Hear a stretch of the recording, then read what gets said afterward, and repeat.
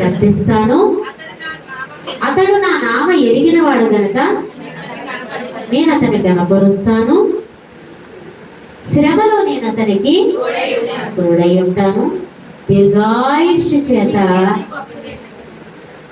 గొప్ప చేస్తాడంట, తృప్తిపరుస్తాడు. దేవునికి స్తోత్రం.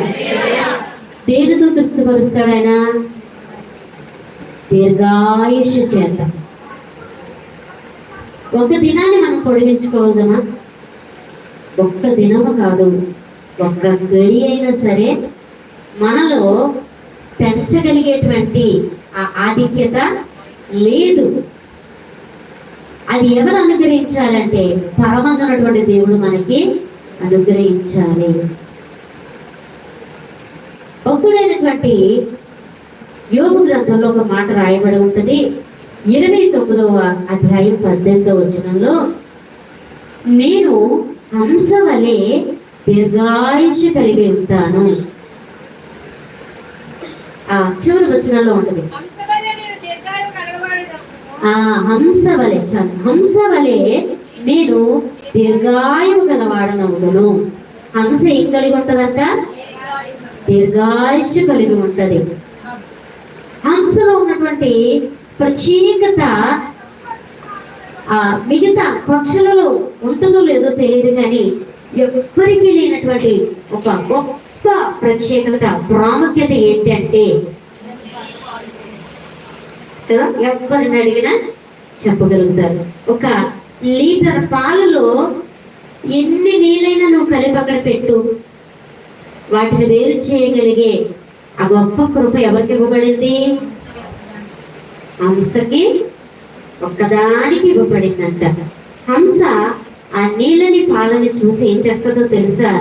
నీళ్ళని వేరు చేసి పాలను మాత్రమే అది త్రాగుతుంది. పాలను అపేక్షిస్తుందంట. నీళ్ళని ఒక్క చుక్కు నీరు కూడా అది త్రాగదు. పాలను మాత్రమే అది తాగుతుంది. అలా వేరు చేయగలిగినటువంటి ఆ జ్ఞానము, ఆ కృప మరి ఏ జంతువుకి గాని ఏ పక్షికి గాని దేవుడు అనుగ్రహించలేదు. అందుకే భక్తుడైనటువంటి యోబు చెప్తున్నాడు, నేను హంస వలె దీర్ఘాయుష్షు కలిగి ఉంటాను. హంస నీళ్ళని పాలని ఎలా వేరు చేసి పాలను అపేక్షిస్తుందో పౌలు భక్తుడు చెప్తున్నాడు, మీరు వాక్యమనే పాలని అపేక్షించండి. ఏ పాలను అపేక్షించాలంట? వాక్యమని పాలని అపేక్షించండి. అపేక్షించడం అంటే త్రాగటం, పొందుకోవటం.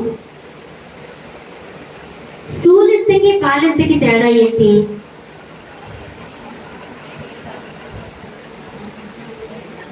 సూలెంత అంటే కడుపుతో ఉండడం, పాలెంత అంటే పాలించండి.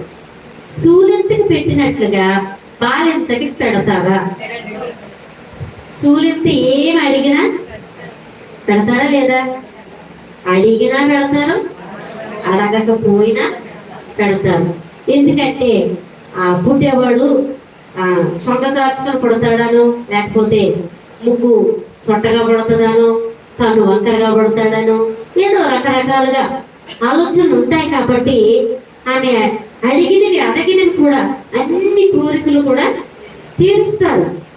బిర్యానీ అడిగినా తెస్తారు, ఇంకోటి అడిగినా అన్ని తెస్తారు. ఆమె కన్న తర్వాత అవి అడిగిన దానికి ఏం చేస్తారు?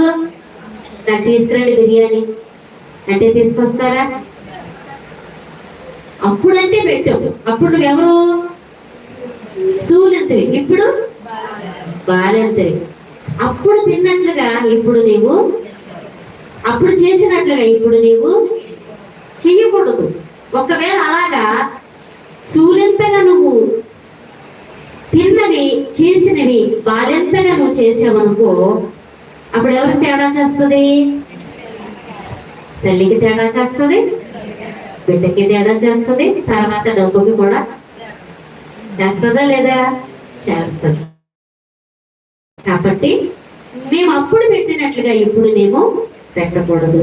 అప్పుడు నువ్వు సూలెంతవి, ఇప్పుడు నీవు బాలెంతవి. కాబట్టి జాగ్రత్తగా ఉండాలి, నువ్వు పద్యం చేయాలి అని ఎన్నో చెప్తారు కదా. మరి అప్పుడు గత కాలంలో మనం ఎలాంటి వారు అంటే అపవిత్రులవి.